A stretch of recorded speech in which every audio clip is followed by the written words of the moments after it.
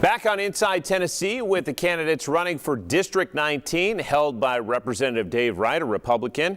We appreciate you being here. Zeke Streetman, we started the last block saying you get this shot at talking more specifics.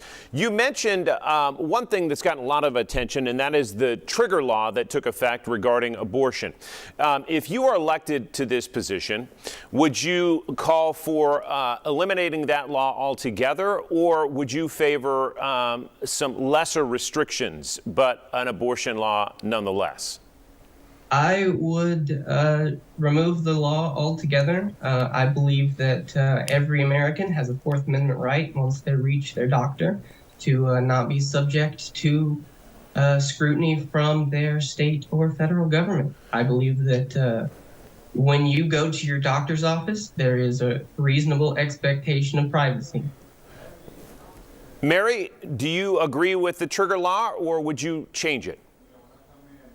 I think that every citizen of Tennessee has the right for life, liberty, and the pursuit of happiness. And that is no matter what size the human being is. So yes, I think that what they have triggered in this issue of life is, I support that.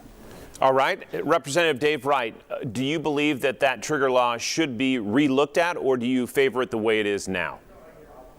I agreed with the trigger law when it was first established, but what's happened now is that Roe v. Wade was reversed, which no one ever thought that was going to happen. At least that's what I hear from the senior members of the state legislature. So where are we today?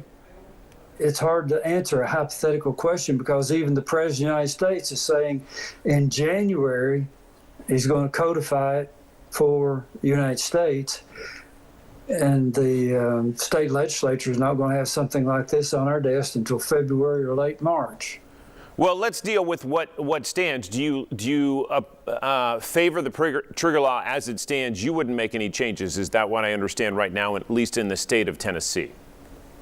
No, I would like to see discussion. I'm sort of in agreement with the camp that says we didn't have all the right, complete information about medical issues and things like that as we worked through the trigger law. Okay.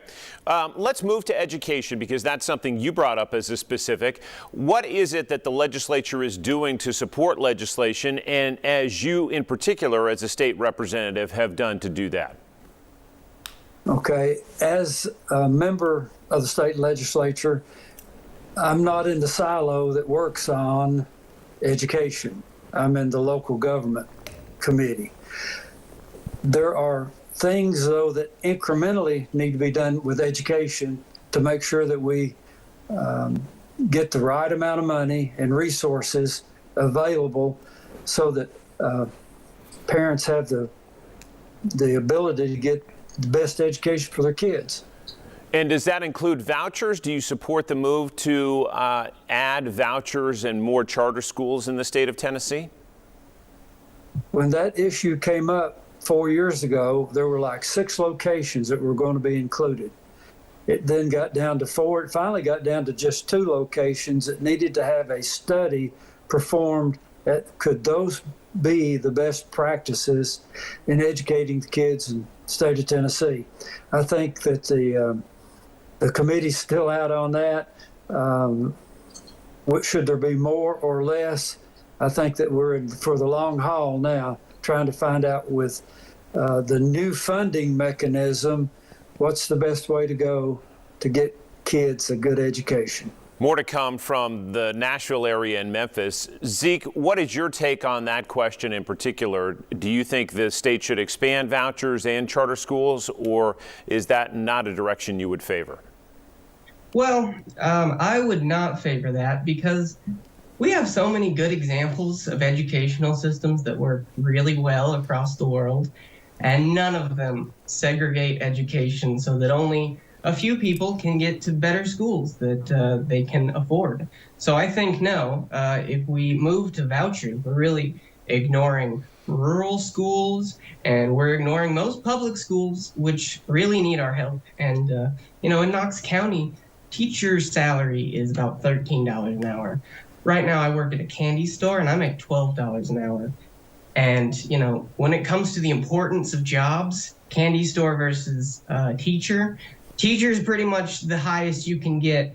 And they deserve way more than a pittance. And it seems like if you are in a state legislature, you do have some ability to say, hey, we should definitely pay teachers more. And there's really no excuse for it because we know what works. You know, if we pay teachers a fair wage, we get them the materials they need, then they're able to shine. But if we, you know, ignore them and cut their wages so that they can't afford to teach, then so many of them move to like, bartending. You can make more money bartending than teaching. Right. And that's heinous. All right. That's a fair point. Ms. Rochat, what's your thought on expanding vouchers and charter schools in this state? A good idea or a bad one? I think it's a very good idea. I think the more competition we have in education, the better quality of education our children should be able to receive. As most of you know, I was a homeschool, independent study mother of 9 children all the way through graduation. And their ability to think, deductive reasoning, understand the complex information that's out there, and also history. I mean, there's just so many things that our young people are not getting. They want the right answer, and I think most of the teachers, they love their job, but they want some freedom to not have so many restraints. And I think with the voucher system, the competition would be there to give higher quality and more access to a great education for our children. Appreciate the point, Ms. Rochat. We're going to take another quick break on Inside Tennessee and come back with more discussion with the candidates for District 9 in Knox County. We're back right after this.